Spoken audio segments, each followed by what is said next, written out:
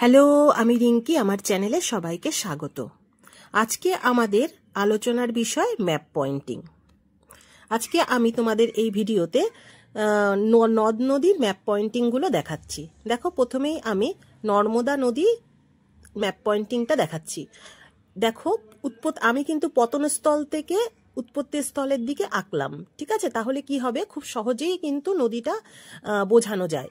এবার এটা 6-1 নম্বরে আছে এবং সেটা লিখে দিলাম এবং দেখো একটা তীর চিহ্ন দিয়ে নদীর প্রবাহ পথটা দেখিয়ে দিয়েছি, ঠিক আছে? তাহলে এটা দেখো পূর্ব দিক থেকে পশ্চিম দিকে প্রবাহিত হচ্ছে এবং গতিপথটা অবশ্যই দেখাতে হবে। এরপরে তাপ্তি নদীটা দেখাচ্ছি। দেখো, তাপ্তি নদী 6-2 তাপ্তি নদীটা রয়েছে, এটাও তাই। আমি পতনস্থল থেকে, যেহেতু পতনস্থলটা খুব ইম্পর্টেন্ট, কোন জায়গাটায় পড়ে সেটা ঠিক মতন দেখানোটা দরকার, সেই জন্য পতনস্থল থেকে উৎপত্তি স্থলের দিকে আঁকছি, কিন্তু তীর চিহ্নটা দেখো ঠিক দিকে দিতে হবে, পতনস্থলের দিকে। এবার আমাদের 6-3 আছে কাবেরী নদী। তাহলে কাবেরী নদীটা দেখো দক্ষিণ ভারতের একদম দক্ষিণের দিকে রয়েছে এবং এটা কাবেরী নদীটা এঁকলাম এবং এটা হচ্ছে 6-3 রয়েছে কাবেরী নদী। এরপরে আছে কৃষ্ণা নদী। দেখো কৃষ্ণা নদীটা কোথায়, এই যে ভাঁজটা রয়েছে, এই ভাঁজের ঠিক ওপর দিকে যেই একটুখানি অংশ রয়েছে, সেই অংশটা হচ্ছে কৃষ্ণা নদী। তাহলে কৃষ্ণা নদীটা এঁকে দিলাম। দেখো কিভাবে খুব সহজেই কিন্তু এগুলো আঁকা হয়ে যাচ্ছে এবং এই ম্যাপ পয়েন্টিং কিন্তু একটা যে কোনো নদী পরীক্ষায় থাকেই। এবং এবার যেহেতু মহানদীটা এসেছে, তাহলে বুঝতেই পারছো যে নর্মদা এবং তাপ্তি এই দুটো আমাদের খুব ইম্পর্টেন্ট। এই ছবিতে আমি কিন্তু প্রায় সমস্ত ম্যাপ, নদ নদীর ম্যাপগুলোই আমি এঁকে দিয়েছি। তাহলে 6-4 আছে কৃষ্ণা নদী। এবার গোদাবরী নদী 6-5 গোদাবরী নদী। কৃষ্ণা নদীর একটু ওপরের দিক দিয়ে গোদাবরী নদীটা, মানে ওখানে পতনস্থলটা এবং উপরের দিকে উৎপত্তি স্থলটা দেখো এঁকে দিচ্ছি একটুখানি। তাপ্তি নদীটার কাছাকাছি যে ওটার উৎপত্তি স্থলটা ওখানটায় রয়েছে। তাহলে দেখো, এবং আমি দেখো পশ্চিম দিকে যেই নদীগুলো পড়েছে সেখানে কোনো শাখা নদী বা কিছু দিইনি, কিন্তু পূর্ব দিকের যেগুলো পড়েছে নদীগুলো, সেগুলোতে কিন্তু একটুখানি করে শাখা নদী এঁকে দিচ্ছি, যেখানে পতনস্থল সেই দিকটা। এবং ভালো করে তীর চিহ্ন দেখে নাও যে পূর্ব উপকূলের যেই নদীগুলো পড়ছে সেই নদীগুলো দেখো তীর চিহ্ন দিয়ে পূর্ব দিকে, পশ্চিম থেকে পূর্ব দিকে দেখানো হয়েছে। এবার গঙ্গা নদী 6-6 রয়েছে গঙ্গা নদী। তাহলে গঙ্গা নদীটা আঁকার সময় আমি এখানে গঙ্গা এবং যমুনা দুটো নদী দিয়ে, গঙ্গা নদী দিয়ে সমস্তটাই কিন্তু দেখিয়ে দিয়েছি, যাতে পরীক্ষায় যে কোনো একটা আসলে পরেই তোমরা খুব সহজেই আঁকতে পারো। দেখো গঙ্গা নদীটা বাংলাদেশের কাছে যেহেতু ওখানে চলে গেছে, কিন্তু বাংলাদেশের মধ্যে তো আমরা আঁকবো না, আমাদের ইন্ডিয়ার মধ্যে যে ভাগীরথী হুগলি নদী নাম নিয়ে দক্ষিণ দিকে প্রবাহিত হয়েছে সেটা দেখিয়ে দিলাম এবং কিছু উপনদী এবং শাখা নদী গঙ্গা নদীর দেখিয়ে দেয়া হচ্ছে। এটা হচ্ছে 6-6 রয়েছে এবং তীর চিহ্ন দিয়ে প্রবাহ পথ দেখিয়ে দিলাম। এরপরে আছে 6-7 আছে ভলগাই নদী। ভলগাই নদীটা একদম দক্ষিণ দিকে ছোট্ট একটা নদী, ভলগাই নদী। তো হচ্ছে সেটা দেখো এঁকে দিচ্ছি, ভলগাই নদী। যে এটা কিন্তু খুব ইম্পর্টেন্ট এবারের জন্য, ছোট নদী হলেও এটা খুব ইম্পর্টেন্ট। এটাও পশ্চিম দিক থেকে পূর্ব দিকে প্রবাহিত হয়েছে। 6-7 ভলগাই নদী। এবার হচ্ছে 6-8 আছে পেনার নদী। পেনার নদীটা দেখো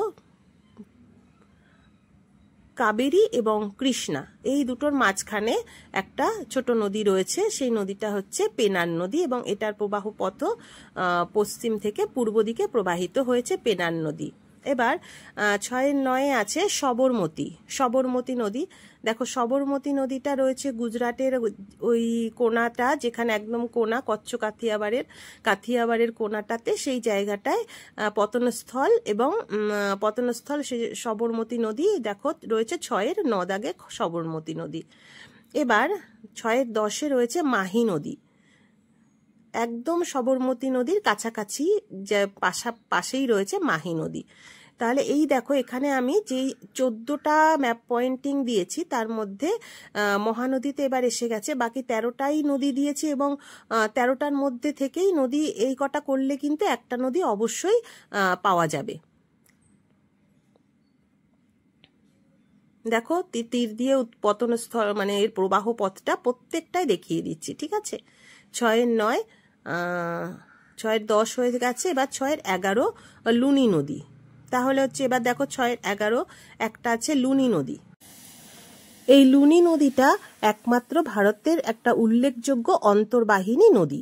যে সমস্ত নদীর গতিপথ প্রবাহপথ কোনো দেশ বা মহাদেশের মধ্যেই সীমাবদ্ধ, অর্থাৎ যেসব নদী স্থলভাগের বাইরে কোনো সাগর বা জলভাগে না পড়ে স্থলভাগের মধ্যেই কোনো হ্রদ বা জলাশয়ে পতিত হয় এবং স্থলভাগেই বিলীন হয়ে যায়, সেই সব নদীগুলোকে বলা হয় অন্তর্বাহিনী নদী।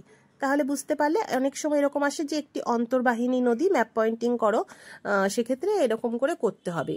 বর্তমানে কিন্তু আগের বারের প্রশ্ন যদি দেখো তাহলে দেখতে পাবে যে বেশিরভাগ ক্ষেত্রেই সরাসরি দেয়নি, কোনো ম্যাপ পয়েন্টিং সরাসরি বেশিরভাগই দেয়নি, কিছু না কিছু একটা দিয়েছে, যেরকম ধরো একটা অন্তর্বাহিনী নদী লেখো বা এরকম টাইপের, বা উত্তর ভারতের একটা কিছু দিয়ে দিল বা দক্ষিণ ভারতের কিছু দিয়ে দিল। তাহলে এরপরে দেখো আমরা করছি সিন্ধু নদী। 6-এর 12তে সিন্ধু নদ, তারপরে আছে 6-এর 13 ব্রহ্মপুত্র নদী। দেখো ব্রহ্মপুত্র নদীটা কিন্তু ভারতে যেটুকুনি অংশ রয়েছে সেটুকুনি অংশই দেখালেই হবে। আমি বাংলাদেশেরটা যেহেতু পতনস্থল ওই জায়গাটা একটুখানি দেখিয়ে দিয়েছি, বাংলাদেশের মধ্যে না দেখালেও হবে। ভারতের মধ্যে যেই জায়গাটার মধ্যে দিয়ে প্রবাহিত রয়েছে সেই জায়গাটা মেন, সেই জায়গাটা কিন্তু দেখাতে হবে যে ব্রহ্মপুত্র নদী ভারতের কোথা দিয়ে প্রবাহিত হয়েছে। তিব্বতের মানস সরোবরের নিকটবর্তী চেমায়ুং দুং হিমবাহ থেকে ব্রহ্মপুত্র নদের উৎপত্তি হয়েছে। উৎস থেকে শুরু করে চেমায়ুং দুং হিমবাহ থেকে ব্রহ্মপুত্র নদের উৎপত্তি স্থল। তাহলে ব্রহ্মপুত্র নদ হয়ে গেল। এবার রয়েছে মহানদী। এটা যেহেতু এটা খুবই ইম্পর্টেন্ট কিন্তু এবার এসে গেছে বলে সেই জন্য এটা সবার লাস্টে দেখিয়ে দিচ্ছি। দেখো মহানদী খুব সহজে এটা হয়ে যাচ্ছে, প্রবাহ পথ তীরচিহ্ন দিয়ে দেখিয়ে দিচ্ছি। এটা হচ্ছে 6-এর 14 পশ্চিম থেকে পূর্ব দিকে প্রবাহিত হয়েছে। নিশ্চয়ই ভিডিওটা তোমাদের খুব ভালো লেগেছে।